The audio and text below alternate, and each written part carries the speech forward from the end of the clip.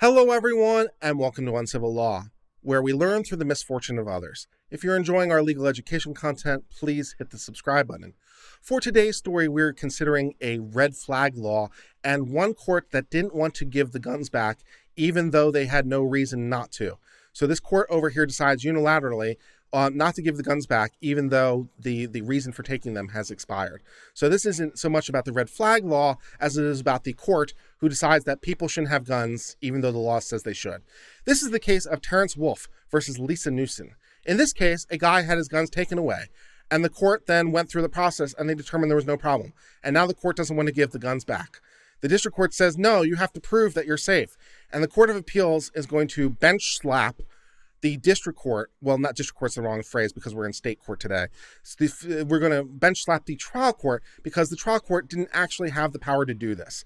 So the Court of Appeals gets to say, yeah, no, you can't just be a king from on high. You, court, actually have to follow the law too. So we're going to instruct the trial court and instruct us all as to what the laws are surrounding this, at least in Florida.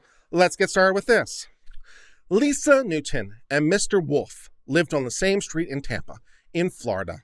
Apparently, Mr. Wolfe became concerned with the manner in which Miss Newton was keeping her dog and using an adjoining lot. There was some dispute over the dog. Miss Newton, in turn, became concerned with the manner in which Mr. Wolfe was monitoring her and her property. So this tale begins as two neighbors on the same street.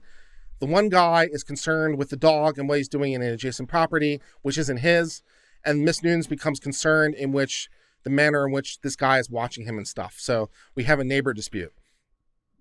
After reviewing Miss Newton's petition, a circuit judge, which in this context is a kind of trial judge, so that's not to be confused with the Court of Appeals circuit. This is a type of trial judge in Florida.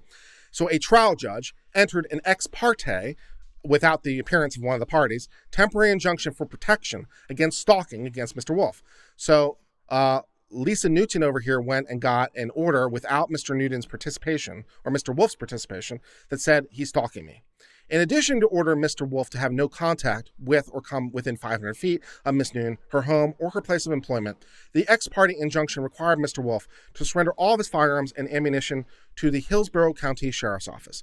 Okay, so we don't know exactly what's going on here in terms of the facts. In terms of the underlying dispute, because that's not really what brings us here today. So was this temporary restraining order a good thing or bad thing or a legal thing or not legal thing? I don't know. We don't have enough information to adjudicate it. We know that, there was some concern over a dog and stuff, and she got a restraining order for stalking. So was that excessive by the trial court, or was there really something that was going on? We don't know enough to render an independent judgment as to whether or not the stalking order was good. Let's just assume it was. And give the court the benefit of the doubt, at least as to this much. All right, so we're going to say that this is a valid order, and as a result of that, we want to stay 500 feet away, and we also want you to surrender all firearms and ammunition as part of this while we're trying to adjudicate that. Let's assume that's also a good thing in this context. I know we're assuming a lot, but since we don't know what to work from, and it's not the legal issue, let's just assume that was good. All right, let's press on and see what happened next. So after reviewing the petition later, so I need to move on. At the conclusion of a hearing that followed, the trial court entered two orders, both of which contained the same substantive finding. One order denied Ms. Newton's petition, and the second order dismissed it. Both orders stated the court does not find evidence of stalking as defined in the statute and interpreted by the appellate courts. All right, so there was an ex parte order, an emergency order, a temporary restraining order, right? Ex parte, unilaterally issued. The court issues this unilateral order, says, you have to stay 500 feet away, and also you have to give up all your guns and ammunition. Let's assume that was good. And now, as a result of a hearing, right, because you're entitled to a hearing, as a result of that hearing that then followed, the court said, oh, wait, no, not so much. So I've come into new evidence. Let's assume we've come into new evidence and we've said, actually, he wasn't stalking. He didn't violate any laws. So we're going to say, there is no evidence of stalking. So I'm going to dismiss the restraining order. I'm going to dismiss the restraining order, dismiss any of the petitions for restraining orders. I'm going to withdraw all that stuff because the law doesn't support it. So, okay, great. So we should just be able to get back to status quo, which would include, incidentally, giving the guy his guns back. right? Because at this point, there's no legal basis to hold them, assuming there was in the first place. Because even the court says, hey, there's no stalking, there's no danger, and he didn't illegally own the guns, so there's no basis to prevent him from owning the guns. So we should just be able to give them back, right? No, that's what brings us to today's part of the story. So later that same day, Mr. Wolf filed an amended motion for return of the firearms. So he files a motion, says, I'd like my guns back now, please. In this verified motion, he pointed out the court had both denied and dismissed the petition that gave rise to the ex parte temporary injunction. So, there's no basis to not giving my guns back. He requested the trial court enter the order so the sheriff's office would return the firearms ammunition. So it's I'd like an order to the sheriff's office to please give me back my stuff, please. Nevertheless, so then he didn't request a hearing. He just filed the motion. So, nevertheless, Mr. Wolf then attempted to schedule a hearing with the presiding judge's assistant to facilitate the entry of the order he was told that he needed to obtain. So in his original motion, he said he didn't want a hearing, but then he attempted to schedule one. So then, a day before the hearing, Mr. Wolf received an email from the presiding judge's judicial assistant informing him that due to current health restrictions, he would need to appear via video conference through Zoom. It's so you want a hearing and we need to Zoom this thing. Mr. Wolf over here replied that he doesn't have the capacity to apply via Zoom, but he could appear by telephone for the hearing, which, is a valid choice. It's I can't do the video thing, but I could call you and we could have the hearing that way. The court's judicial assistant responded with the email that said the following: the presiding judge has to swear you in and take testimony from you under oath about the return of your firearm. Why? It's an evidentiary hearing by law. Evidence concerning what? What evidentiary hearing? For what purpose? If you can't utilize Zoom, then the motion will have to be continued for another date. You were mailed notice of this hearing and Zoom instructions, so you have the information. So the judicial clerk says, we want a hearing. It's okay, I can do it by phone. It's says, no, but you have to be under oath because we have to take testimony. What? Testimony concerning what? The motion for the restraining order has already been denied. The case has been dismissed. Evidentiary hearing of what? You need to be under oath to provide evidence of what? There's no case anymore. You should just give me back my stuff. It's no, we need you under oath. When Mr. Wolf did not make the video appearance, as the court had directed, the court entered an order to continue the hearing, to schedule it for another day. This order then read the following: Respondent's motion for return of firearms is continued. Not granted, not denied, we're going to hold it over. Both parties appeared via Zoom audio pursuant to COVID-19 advisories. The court required video or live appearance to administer an oath and inquire of respondent before granting a motion to return the firearms. Inquire what? The matter is reset for June the 30th at 1 p.m. for a live hearing in which respondent to appear. Petitioner was advised she may appear if she chooses. However, the inquiry would not pertain to the pending motion. The motion is not a vehicle for appeal or relitigating the underlying matter. So this is also very strange. The petitioner, that's the person who asked for the restraining order, an order that's already been denied and dismissed, incidentally. The petitioner is advised she can also appear. For what purpose? The order's been denied. It's been dismissed. It's over. So why can the petitioner appear? Why are we getting this under oath? Evidence as to what? And then Mr. Wolf files the petition before us. So Mr. Wolf says, no, wait a second. This doesn't make any sense. I shouldn't have to appear to an evidentiary hearing. Evidence concerning what? The case is over. It was dismissed. There wasn't evidence of stalking. The request was denied. The order was dismissed. And it's why are we doing this? So we're going to go to the appellate court and say, wait a second, what's this all about? And the appellate court is going to smack the trial court upside the head. So let's enjoy that, Schadenfreude. Mr. Wolf casts a wide net for the appropriate writ to obtain redress, and we cannot fault him for doing so. His petition asks for certiorari relief, but in the alternative, he requests a writ of mandamus, prohibition, or quo warranto, which is a fancy way of saying, by what right are you doing this? Which is a good question right now.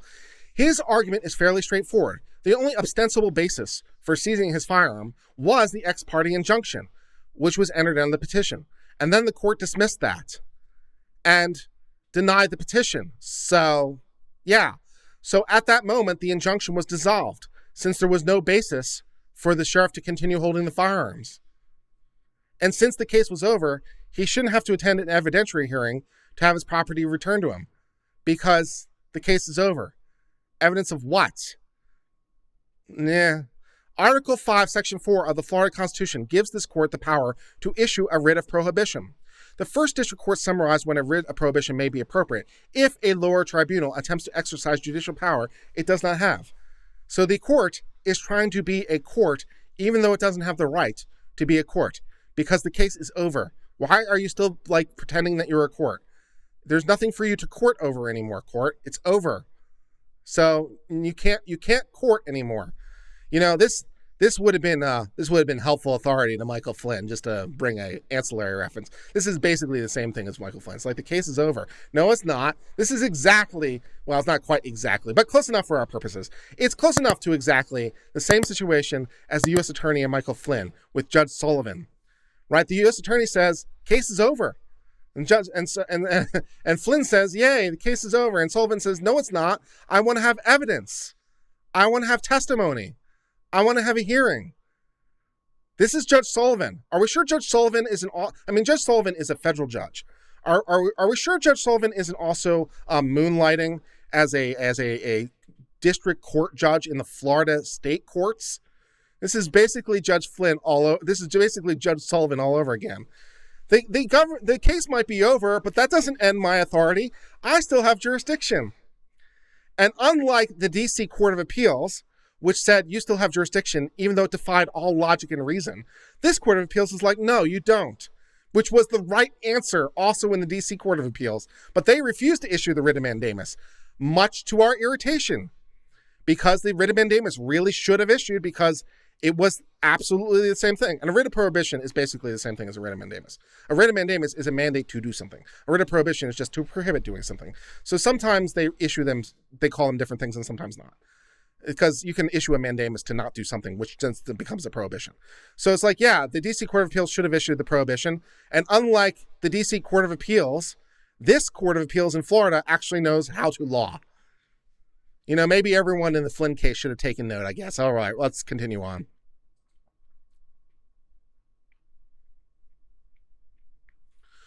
A writ of prohibition may be appropriate where, as here, a trial court has subject matter jurisdiction to exercise an unreserved power to adjudicate further substantive matters when a case is definitely concluded. You can't adjudicate things when the case is over. There's nothing left for you to adjudicate. There is no question that the circuit court has lost subject matter jurisdiction over this matter months before the evidentiary hearing was scheduled to commence. The final orders were entered on March 25th, and Miss Newton never filed an appeal or sought a rehearing, so she also isn't trying to keep this going.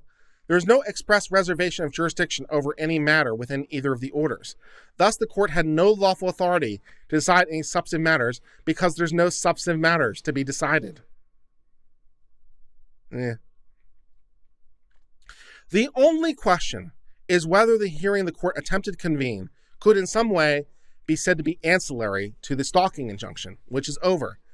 If it appeared to us the scheduled hearing was going to be confined to simply ensuring the prompt return of property, perhaps we could deem it as ancillary. So if the hearing was merely to somehow for logistics, I guess, I don't know, when would you like to come pick up the guns? Or how can we deliver them to you?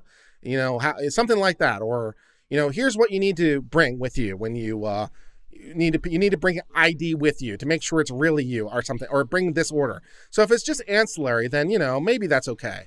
But we would be obtuse if we failed to recognize why the court ordered the kind of hearing it did. We're not dumb. This is a hearing where Mr. Wolf's video or live appearance was mandatory, so the court could compel him to provide testimony under oath, then watch and listen to his responses.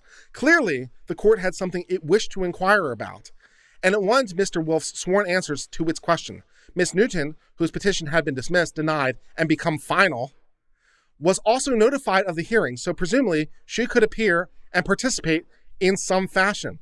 All of which leads us to the inescapable deduction that the court was ordering this evidentiary hearing not to facilitate the return of the seized firearms, but to decide whether there was some independent reason Mr. Wolf's firearm ought not to be returned to him. Yeah, this was not a decision the court could make. Yeah, you can't do that. The case between Miss Newton and Mr. Wolf was over, and the court order was final.